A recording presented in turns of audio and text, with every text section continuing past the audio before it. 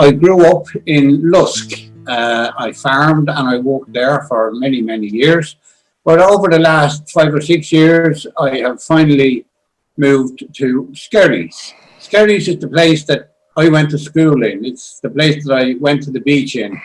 And it's a lovely place to live.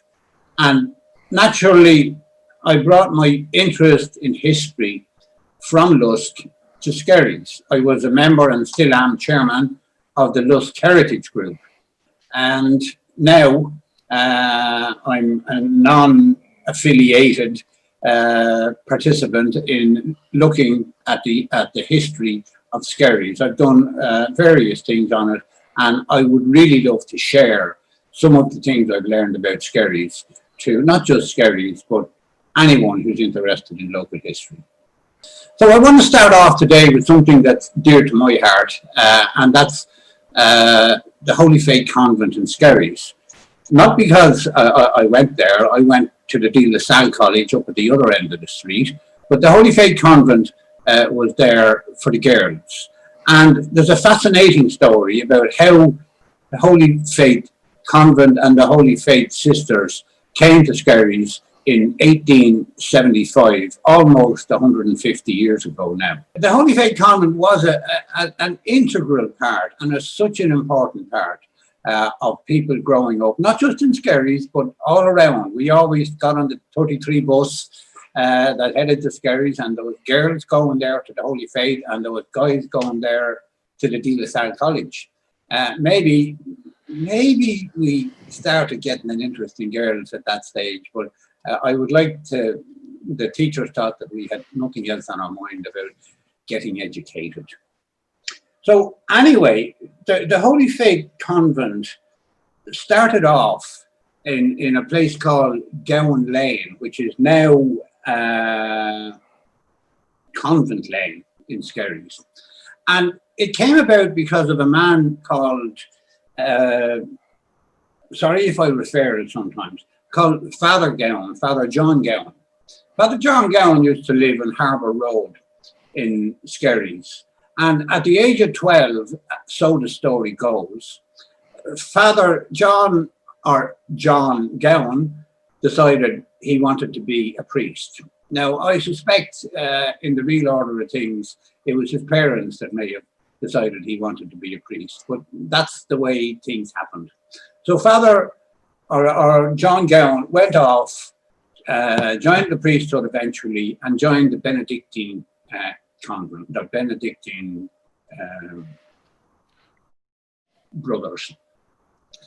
He finally came back to Skerries, and he joined with Mary Aylward, who between them started the Holy Faith Convent in Skerries.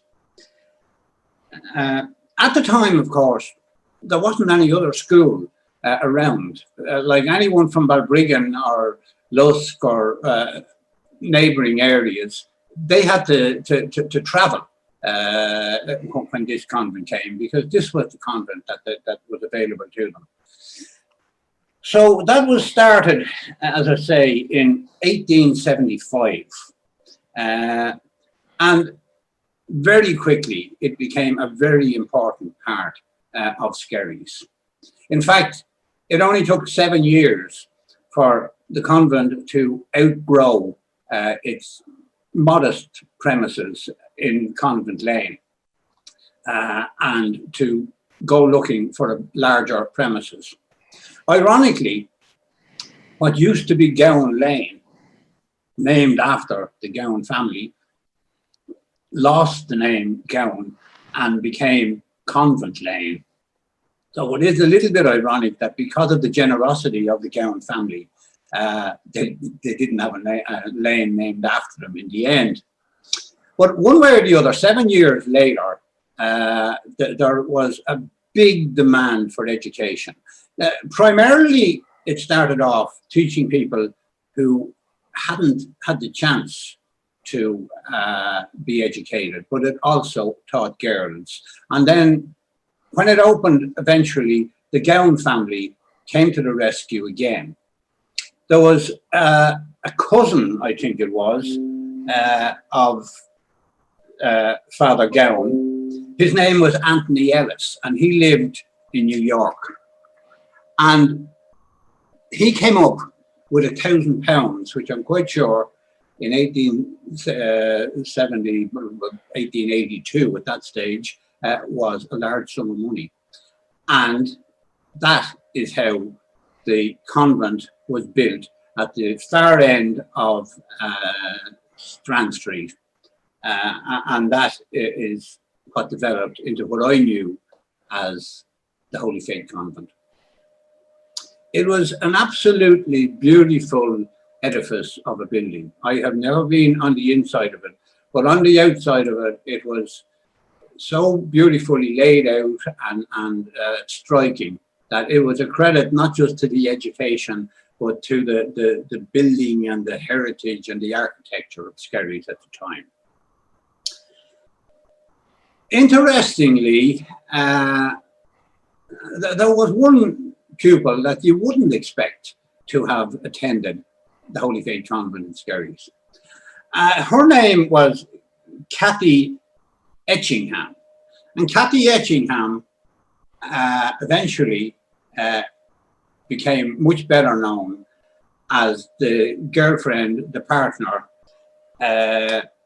of Jimi Hendrix, the famed, wild, crazy, wonderful guitar player.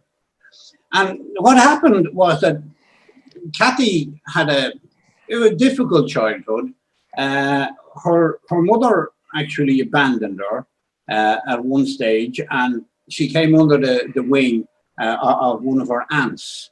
And that lady, I don't know her name, but she was in Ireland, and she put Kathy into the Holy Faith Convent.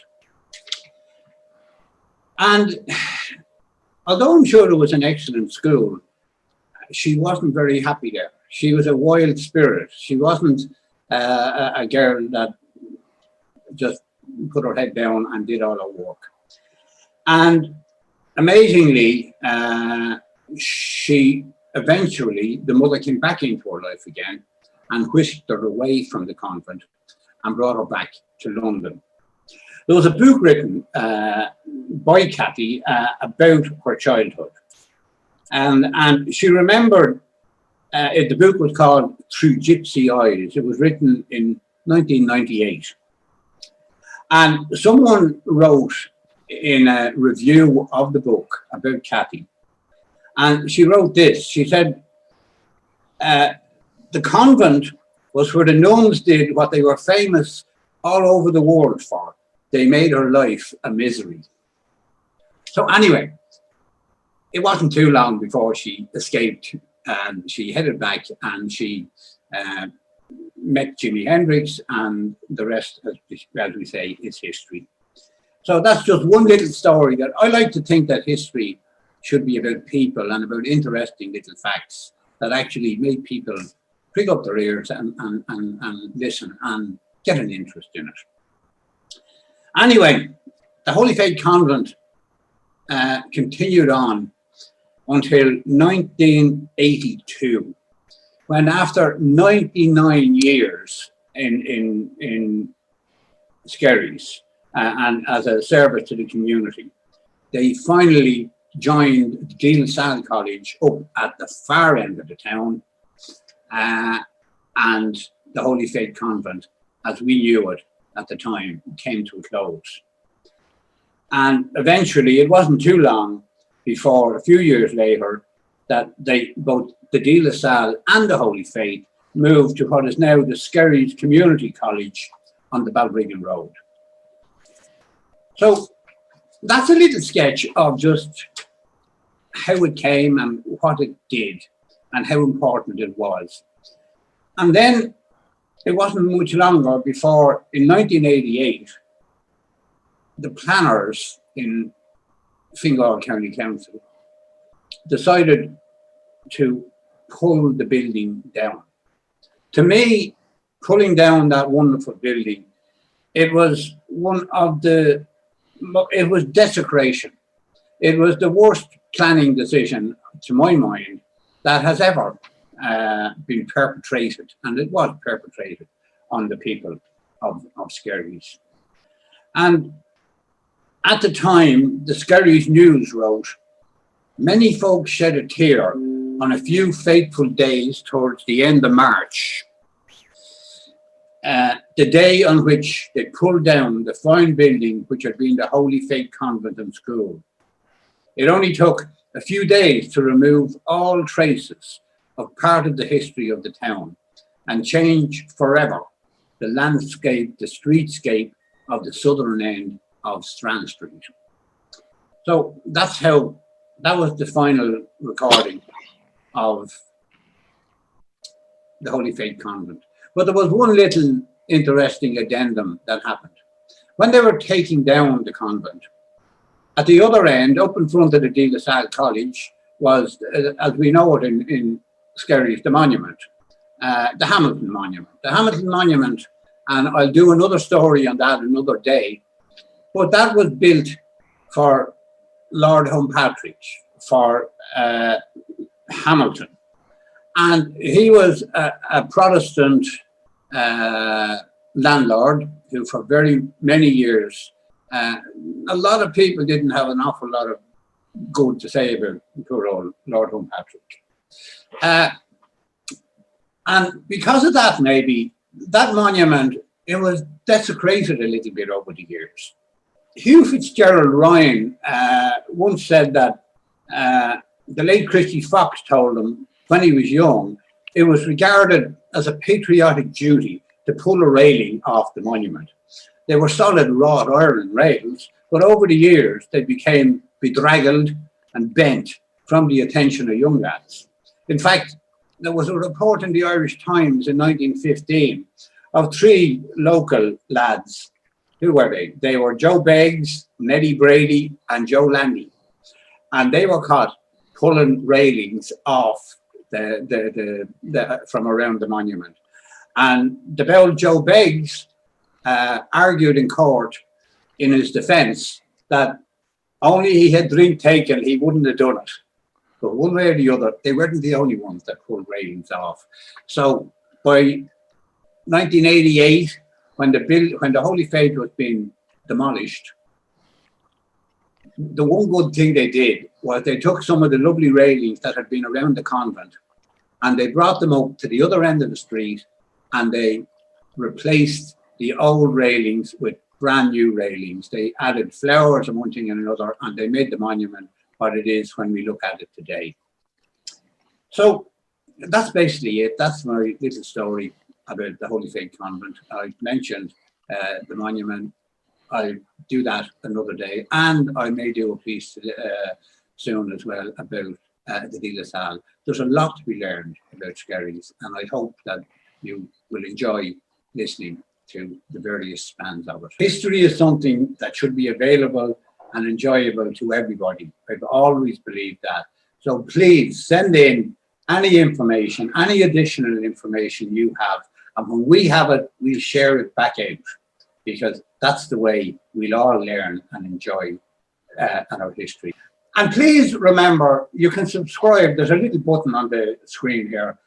We'd love to hear from you, help us along the way, and we'll all work together to get as much information as possible out to you. I promise that I will, each month or whenever I can, I'll put up new material. So interest, subscriptions, and information. That's what we need. Thank you very much.